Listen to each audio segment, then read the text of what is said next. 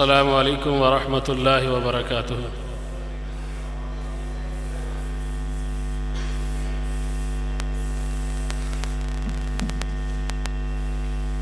الحمد للہ وحدہ والصلاة والسلام علی من لا نبی بعدہ، اما بعد فاعوذ باللہ السمیع العلیم من الشیطان الرجیم، بسم اللہ الرحمن الرحیم۔ قل ان کان آباؤکم وابناؤکم وإخوانكم وأزواجكم وعشيرتكم وأموال اقترفتموها وتجارة تخشون كسادها ومساكن ترضونها أحب إليكم من الله ورسوله وجهاد في سبيله فتربصوا حتى يأتي الله بأمره واللہ لا یہدی القوم الفاسقین۔ حضرات، مادر علمی امام بخاری انٹرنیشنل اسلامک یونیورسٹی محترہ میں میری یہ خوش نصیبی ہے کہ مسجد کی انہی چٹائیوں پر بیٹھ کر ہم قال اللہ و قال الرسول کی تعلیم حاصل کرتے رہے، اور آج تقریب صحیح البخاری میں میرے اساتذہ کی موجودگی میں مجھے چند کلمات کہنے کا موقع ملا۔ میں یہ سمجھتا ہوں کہ یہ سورج کو چراغ دکھانے کے مترادف ہے، لیکن پھر بھی اساتذہ کے حکم کے مطابق اپنے وقت کے اندر بات کو ختم کروں گا۔ ذی وقار سامعین حضرات، اس کائنات رنگ و بو میں بہت زیادہ ارب ہا ارب انسان پائے جاتے ہیں، اور ان تمام انسانوں میں سے سب سے خوش نصیب امت محمدیہ کے افراد ہیں، جن کو خیرکم بہترین امت کا لقب دیا گیا ہے۔ حضرات، ہم کس وجہ سے سب سے بہترین ہیں؟ اس وجہ سے کہ ہم کو اللہ کا الحاکمین نے خاتم الانبیاء، امام الانبیاء،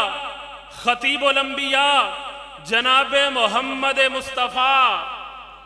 آواز نے آئی محبت کے ساتھ درود پڑھیں، جناب محمد مصطفیٰ صلی اللہ علیہ وسلم کو امتی بنایا ہے۔ حضرات، میں نے جو قرآن مجید کی آیت مبارکہ پڑھی، اللہ کا الحاکمین نے میرے اور آپ کے لیے دنیا جہان کے تمام رشتے، تمام ناطے، کاروبار، تجارتی مراکز، والدین، اولاد، بہن بھائی، ہر ایک سے بڑھ کر ہم کو محبت کرنے کا حکم دیا ہے، تو خالق کائنات نے اپنی ذات کے ساتھ محبت کرنے کا حکم دیا ہے۔ حضرات، یہ اللہ کا الحاکمین کا حق ہے کہ ہم ساری کائنات سے بڑھ کر، ہر ایک چیز سے بڑھ کر، اولاد سے بڑھ کر، والدین سے بڑھ کر، اپنے کاروبار سے بڑھ کر، اپنی تجارت سے بڑھ کر اگر محبت کریں تو عرش والے رب کے ساتھ کریں، اور عرش والے رب کے بعد اگر محبت کرنی ہے اولاد سے بڑھ کر، والدین سے بڑھ کر، اپنی تجارت سے بڑھ کر، اپنے اولاد سے بڑھ کر، اپنے کاروبار سے بڑھ کر، اپنی مکان، کوٹھی، بنگلے سے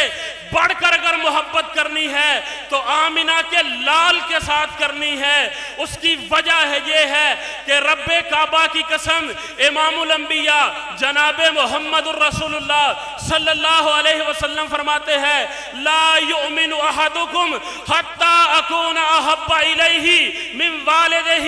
وولدہ والناس اجمعین۔ فرمایا، کائنات کے لوگوں، تم میں سے کوئی شخص اس وقت تک مومن ہو ہی نہیں سکتا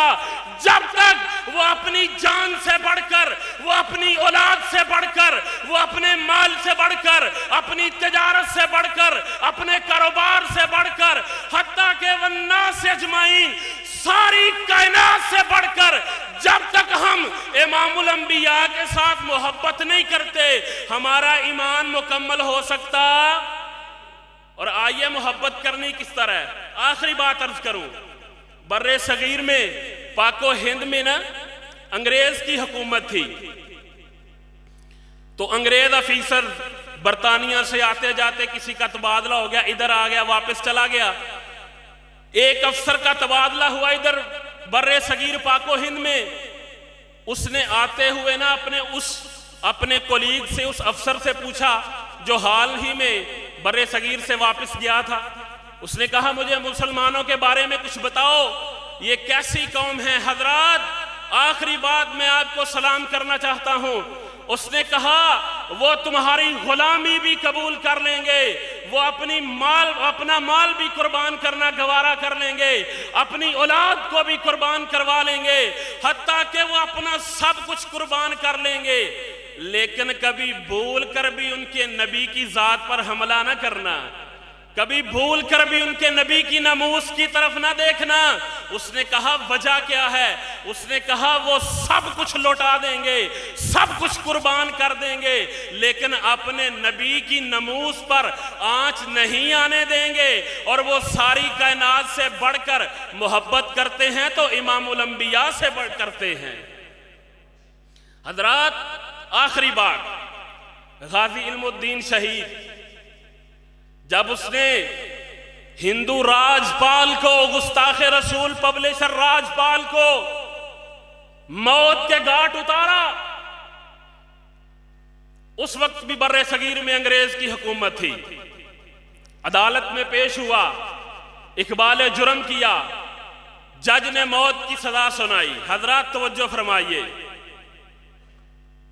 جج نے موت کی سزا سنا دی۔ اس وقت بر صغیر کے دو نامور وکلاء برسٹر عبدالعزیز اور برسٹر محمد علی جناح بانی پاکستان، انہوں نے علم الدین شہید کا مقدمہ لڑا۔ حضرات یہ محبت رسول تھی علم الدین کی۔ محمد علی جناح کہنے لگے علم الدین عدالت میں کھڑے ہو کر ایک بار اس بات کا اعلان کر دے میں نے راجپال کو قتل نہیں کیا، دنیا کا کوئی قانون تجھے پھانسی نہیں چڑھا سکتا،